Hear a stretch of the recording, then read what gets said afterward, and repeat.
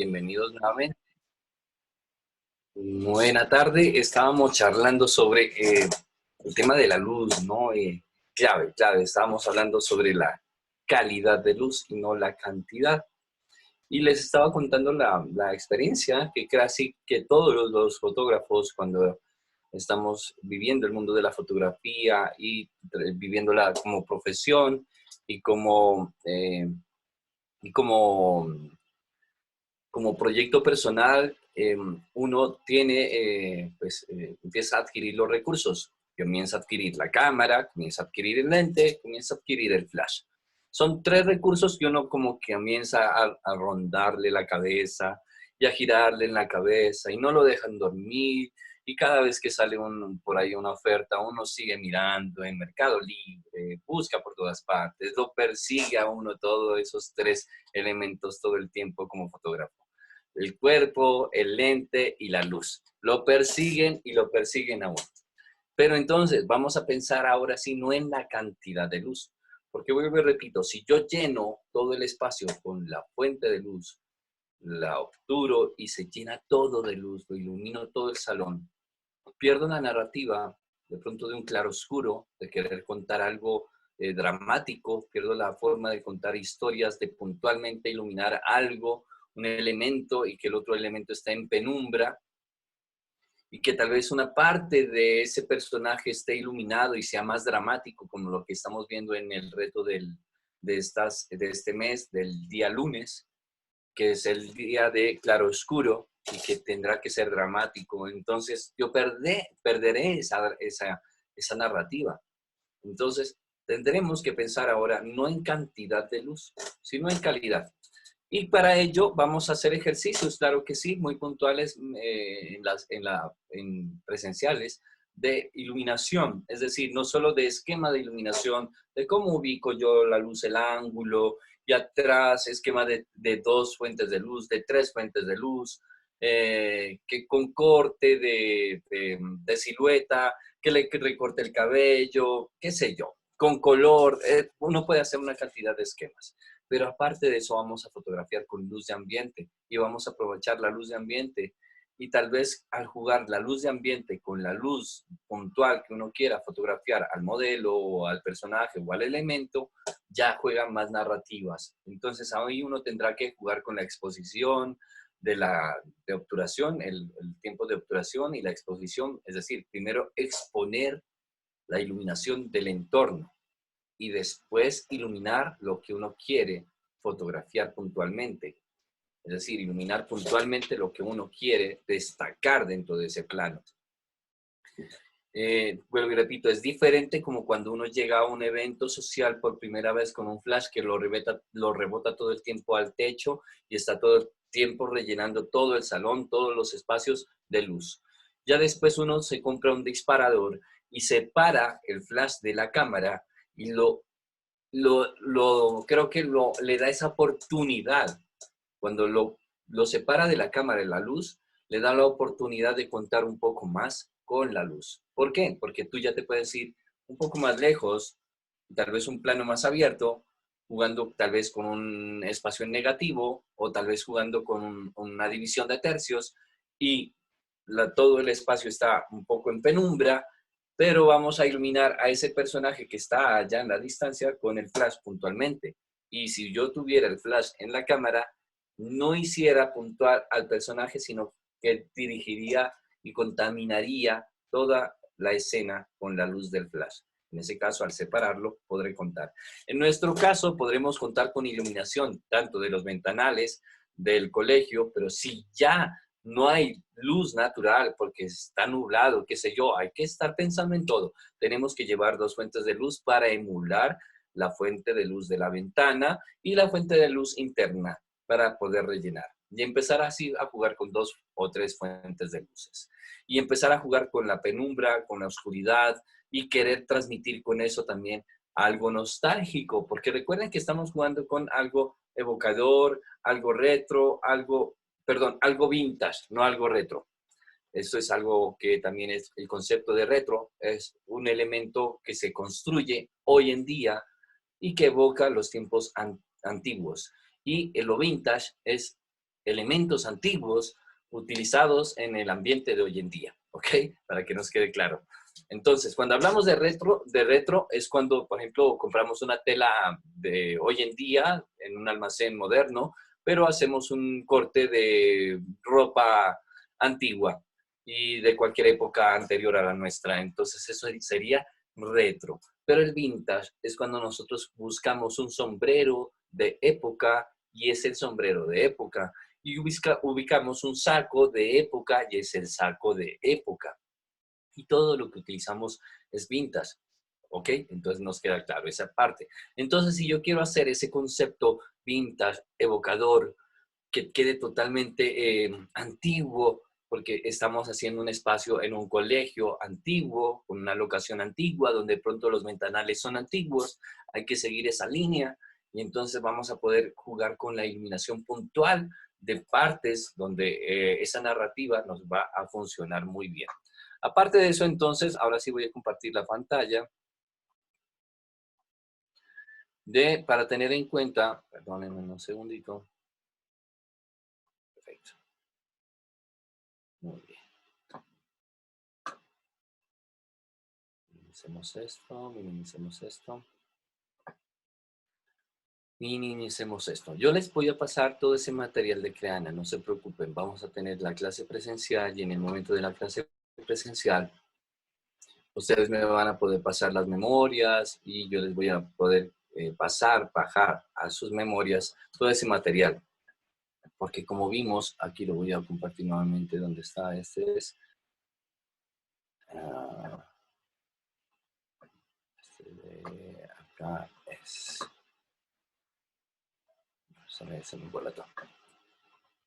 Ese material es largo y viene desde la preproducción y la postproducción. Y la postproducción la tiene muy bien elaborada, la tiene en bastantes clases desglosada para que nosotros podamos hacer el paso a paso.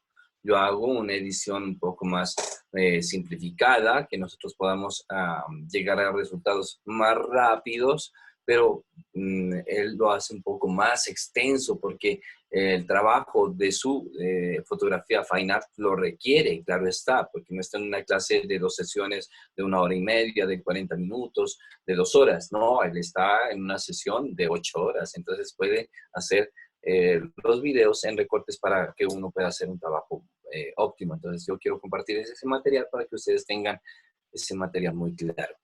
Ahora sí, quiero que entremos como a la parte del volumen, como tal, en recordar el volumen.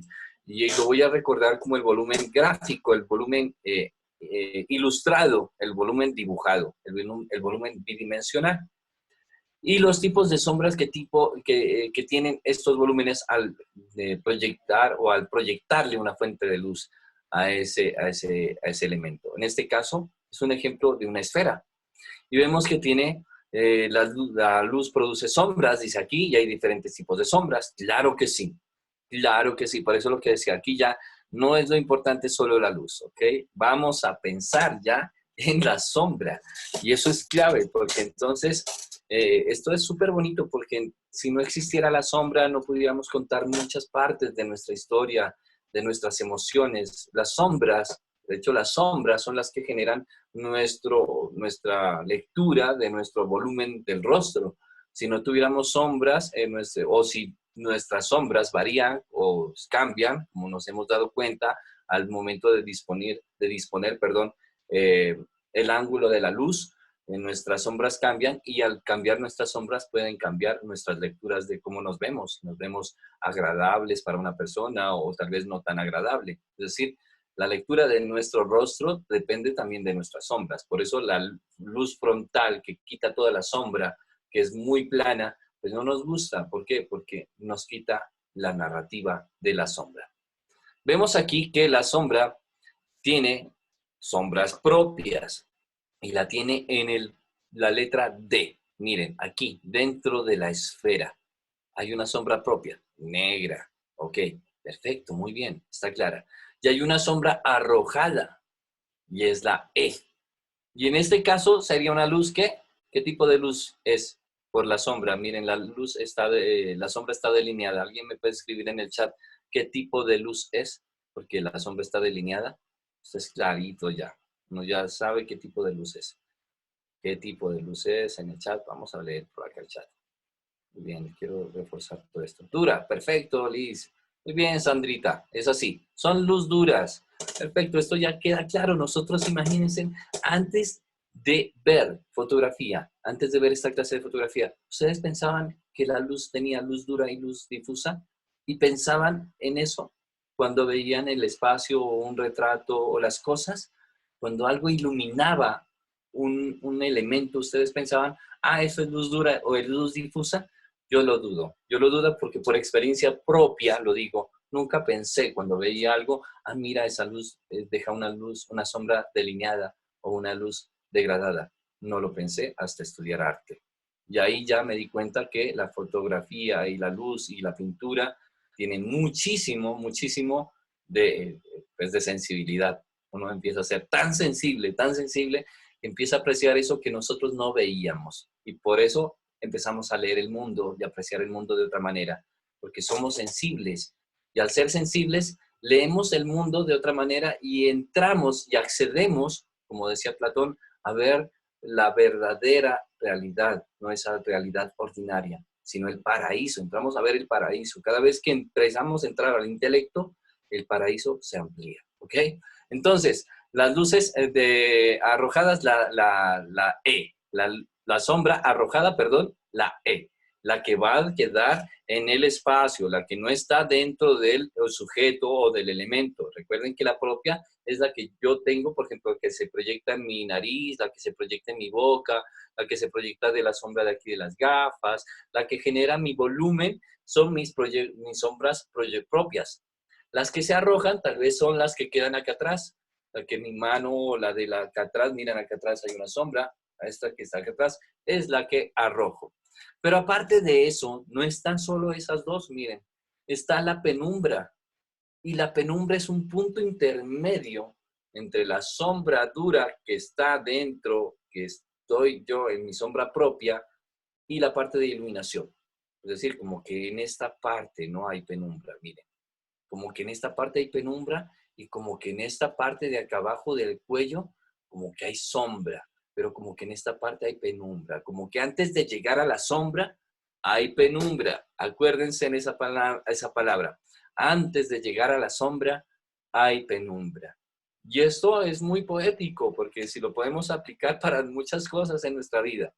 La A, zona de brillo. Perfecto, donde pega directamente la luz. Creo que tengo la zona de brillo aquí en mi frente, en mi nariz. Miren, aquí en mi nariz está clarita. Brilla mi nariz, tiene un punto blanco, mírenla. Parece ahí hasta pegado con tiza, blanquito. Zona de brillo. Zona de reflejos. Esta zona de reflejos es clara, porque la zona de reflejos es donde se refleja y rebota la luz. La luz rebota y se refleja. Entonces, como se dan cuenta aquí, la D está rellenando un poco de luz debajo de la sombra propia. Si se dan cuenta que debajo de la sombra propia, que esta sombra acentuada aquí en el elemento, en la esfera, debajo de ella no está una sombra, hay una línea de luz. Y ese es un reflejo que rebotó de la mesa blanca y proyectó esta lineecita y la delineó. ¿Ok? Este tipo de sombras son los que vamos a tener que estar pensando ahora cuando observemos un elemento. La tarea que nos queda, en que yo les hablo de tareas, pero no son tareas que yo recibo, son tareas que ustedes tienen que aplicar para que empiecen a crecer en la sensibilidad de la fotografía, porque esto no es tanto de aplicar en la captura fotográfica, sino de aplicar aquí, en nuestro cerebro. Empezar a observar, ay, mira, aquí está la penumbra, aquí está la penumbra. A veces la penumbra es más difícil de observarla. Por eso es un reto. Lo que estamos viendo aquí son retos ya. Esto que he dejado aquí, estos cinco puntitos D, E, B, A, D, son los puntos claves de vamos a estar observando de las proyecciones de sombras. Estoy viendo que aquí hay como una falla. A ver. Sí, aquí hay una falla porque aquí me está, une reflejos y sombra propias, pero también, es decir, reflejos de los elementos que proyecta. Por eso es que D Wow, se me fue la luz. Por eso es que D está en un solo, D contiene reflejos y sombras propias. Si se dan cuenta que D está en los dos puntos, en el principio y en el final, y es porque contiene los dos puntos. Perfecto. Voy a dejar de compartir, denme un segundito mientras saco acá este disco duro para poner mi lamparita que se me fue, ya se me descargó el power bank y quedé acá sin luz. Muy bien, como les decía, de tarea nos queda estar observando esos puntos donde está la penumbra, donde está la luz reflejada. Ahora lo vimos en esfera, ¿ok? Lo acabamos de ver en una esfera. Veamos a verlo en un cubo, ¿ok? La misma en un cubo. Y así mismo va a ser en elementos más complejos como, qué sé yo, plantas, elementos más orgánicos que no son tan fáciles de definir las sombras, son más complejos de empezar a definir este tipo de sombras. En un cubo y en una esfera, pues que son elementos casi que muy primarios, muy primigenios, pues es fácil de denotar las características de las sombras en este volumen. Vemos que la luz está desde arriba y si la sombra está en un lateral, significa que hay un ángulo que no está totalmente cenital, ¿ok? Si ya vemos aquí, la voy a ampliar un poquito más porque está muy pequeñita. Perdonen la calidad de la imagen, no es tanto la calidad, sino la calidad de información, ¿ok? Vemos aquí que la proyección de sombra en este cubo está hacia mano izquierda. Es decir, que ya inmediatamente nosotros sabemos que la dirección de luz no es cenital, no es totalmente de arriba. Hay un lateral, hay una diagonal, y que va a golpear entonces la luz en la parte superior y en la parte frontal. Pero entonces me muestra que en la parte frontal no es este frente que está aquí. La parte frontal de la luz es la otra cara, la que está acá atrás. La que está acá atrás es la que más recibe luz. Claro, esta también recibe, sí, por eso proyecta un poco de sombra. Pero se supone que entonces la que está acá atrás es la que más proyecta luz. Y la que está arriba es la que más recibe luz. Entonces, luz arriba, donde está proyectada. Medias tintas, que ya está hablando de otro término, porque esto ya es de pintura, entonces, o de dibujo. Entonces me dice que hay unas medias tintas, que nosotros lo vamos a conocer como las sombras medias, porque está sombras, perdón, término medio y iluminaciones. Así uno maneja lo que es el fotografía. Ya cuando estemos en revelado nos vamos a dar cuenta que está sombras en los puntos medios y las iluminaciones. Entonces, las medias tintas vendría a ser como ese punto, como el punto intermedio, ¿no es cierto? Entonces, hay otro punto aparte de la sombra propia, ¿no es cierto? Y la penumbra, que es la media tinta, que es la otra cara que está, no, a mí me da esta parte, pero esta parte de acá tal vez tenga medias tintas y por acá ya tenga penumbra, miren, tenga penumbra, y por acá sí ya tenga sombra propia. Donde está la sombradura, por ejemplo, donde queda la barba, el cuello, esto es sombra propia. Sombra proyectada nos genera ya el volumen. Si tenemos sombra proyectada, nos asienta a un contexto. Puede ser un piso, una pared, nos va a contextualizar, nos va a generar un volumen ya en un espacio. Mientras no tengamos esa sombra proyectada, por ejemplo, yo aquí ya tengo sombra proyectada acá atrás, pero es porque estoy muy pegado a la pared. Si no quisiera, pues bueno, repito, si no quisiera que esta sombra quede proyectada, tendría que alejarme del fondo de la pared. Y ese es un ejercicio como fotógrafo que tenemos que aplicar constantemente. Recuerden, cuando estemos pegados a la pared va a haber sombra proyectada. Y si esa sombra proyectada no quiero que sea parte de la narrativa, por favor, aléjense. Y de hecho, para clave baja, el truco para clave baja o para fotografía dramática, miren, este es truco ya. Para el truco para fotografía dramática es ustedes tengan lo más lejos del fondo y hagan la fotografía en la noche. Y no iluminen el fondo, iluminen solo al personaje. Y verán que ese fondo queda negro, negro, negro, negro. Entonces, ustedes pueden ubicarse en el corredor y solo iluminar a la persona que está en el corredor y dejar de fondo, qué sé yo, la cocina, la sala, por allá, muy lejos, muy lejos, muy lejos que quede eso. Y va a generar bastante claroscuro, es decir, bastante dramatismo, y no va a haber sombra proyectada. La sombra proyectada también hace parte de la narrativa, recuerden.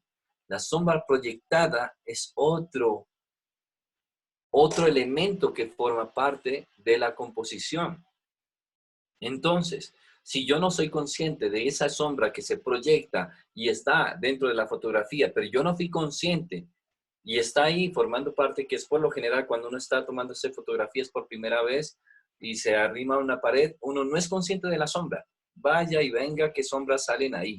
No se interesa, pero cuando ya se da cuenta, después cuando estudia fotografía, que esa sombra está ahí atrás y que de pronto es una sombra dura, de pronto ya lo ve el filo del margen acá como un doble personaje, como un personaje oscuro atrás de uno. Eso es otro lenguaje más loco. Está un personaje oscuro detrás de uno. Entonces uno ya empieza a notar que esa sombra pesada que está atrás de uno, que de pronto es una sombra dura, no es agradable. Y de hecho, si es una sombra de flash, de la luz del flash de la cámara de celular o de mi cámara que viene incorporada, va a dejar una línea como bordeada negra. No sé si ustedes la han vivido como experiencia propia cuando toman con la luz del flash. Escríbanme sí, si lo han vivido en el chat, si lo han vivido, si ustedes utilizan el flash y ustedes sacan esa sombra que queda proyectada en la pared y queda como un doble personaje, como esa delineado, como ese borde oscuro. Ese no es agradable, ¿verdad? No nos gusta. Ya cuando estamos estudiando fotografía ya nos damos cuenta que esa sombra no tiene nada de narrativa. Ya, y en el momento cuando no estábamos en fotografía, nosotros no estábamos conscientes de esa sombra para nada. Yo estoy casi que seguro que ustedes estaban viendo esa sombra ahí y nunca sintieron que esa sombra estaba afectando a la foto. Pero hoy en día, cuando estamos viendo este curso de fotografía, nos damos cuenta que lo que afectaba esa foto y lo que no quedaba bien era esa sombra y la dirección de la luz, que nos quitaba el volumen, que nos dejaba planos. Entonces, ahí está el truco de la fotografía y de la iluminación. No está en iluminar todo, perdón, sino está en contar con la luz, la historia, en utilizar la luz, de hecho, para hacer la narrativa. Aquí hay unos esquemas de iluminación que quiero compartir antes de terminar la clase. Estos esquemas de iluminación son esquemas de iluminación con luz natural. La luz natural es un poco más difícil de manejar. ¿Por qué? Porque en nuestro caso, que lo vamos a utilizar de luz artificial, es decir, lo vamos a manejar, nosotros no vamos a poder utilizar, es decir, no vamos a poder manejar en la luz natural el movimiento de la luz del sol. Simplemente vamos a saber cómo se mueve, pero no vamos a poder dirigirlo, es decir, no lo vamos a poder mover y decir, no, quiero que te regreses sol acá, no te muevas más.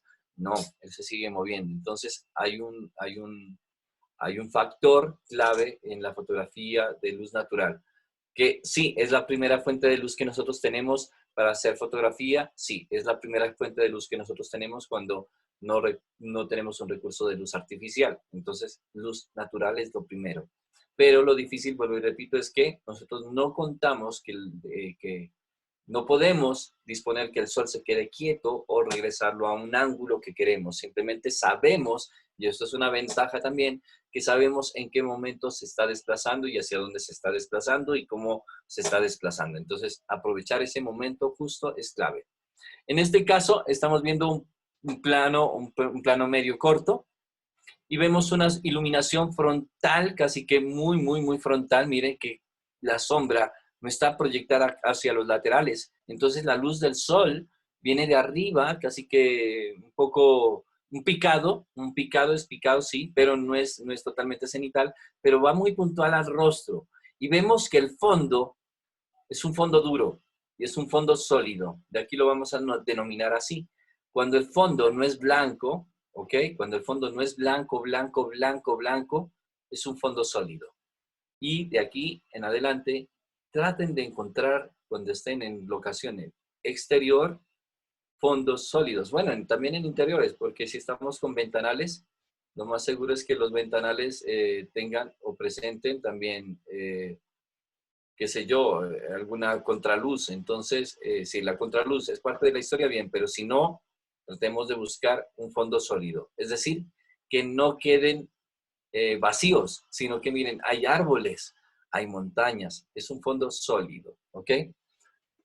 Y aquí el plano es neutro. ¿Por qué? Porque el ángulo de la luz la tiene el sol, en ángulo picado, ¿ok? Pero ya después veremos que tendrá que, esa relación de la disposición de la luz o del ángulo de la luz tiene que ver con estos tres elementos.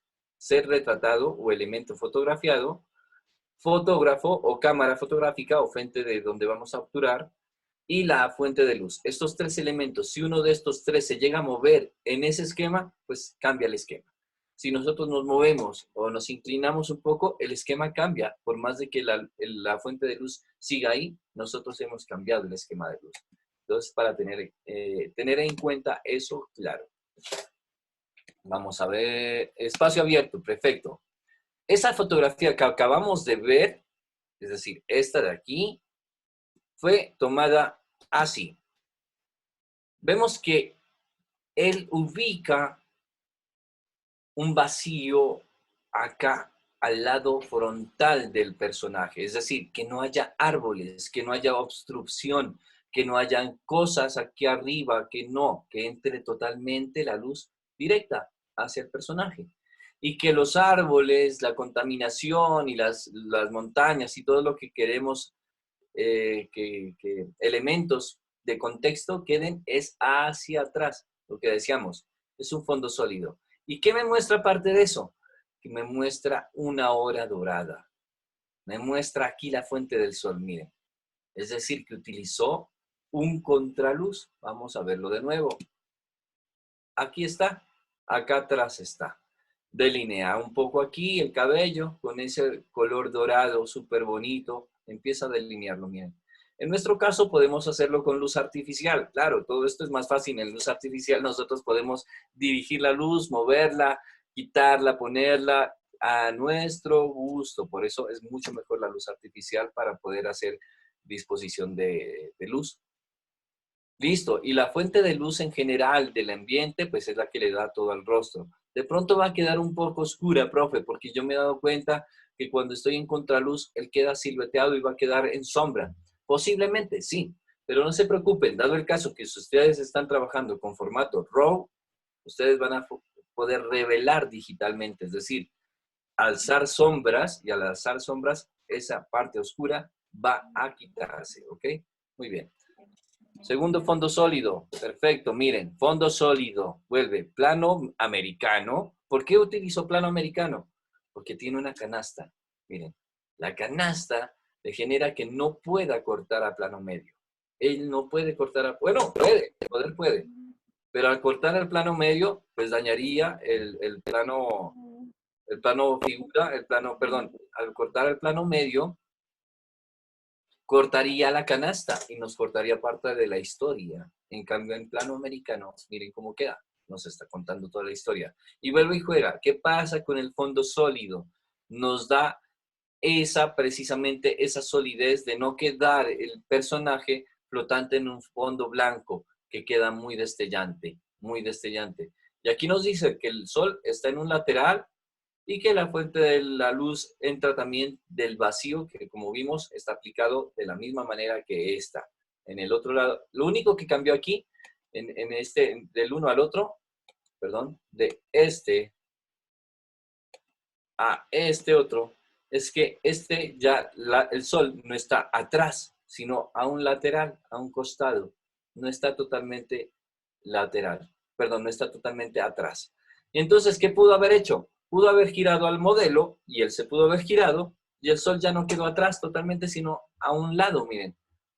Y ya nos genera otro esquema de iluminación. Pero, si se dan cuenta, nuevamente aplicó fondo sólido, fondo sólido.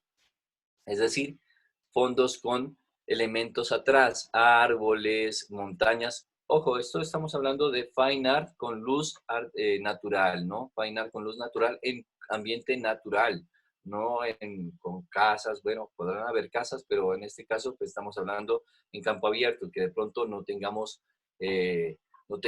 ese acceso a un fondo sólido. Entonces tenemos que estarlo buscando siempre, girando a nuestro alrededor y ver si en nuestro horizonte, allá al frente, no hay nada sólido, no hay montañas, no hay árboles, hacia allá no es el fondo. Pero si yo giro y veo unos árboles y veo unas montañas, hacia allá es el fondo, ¿ok? Eso es lo primero, ya, ahí ya la tenemos clara.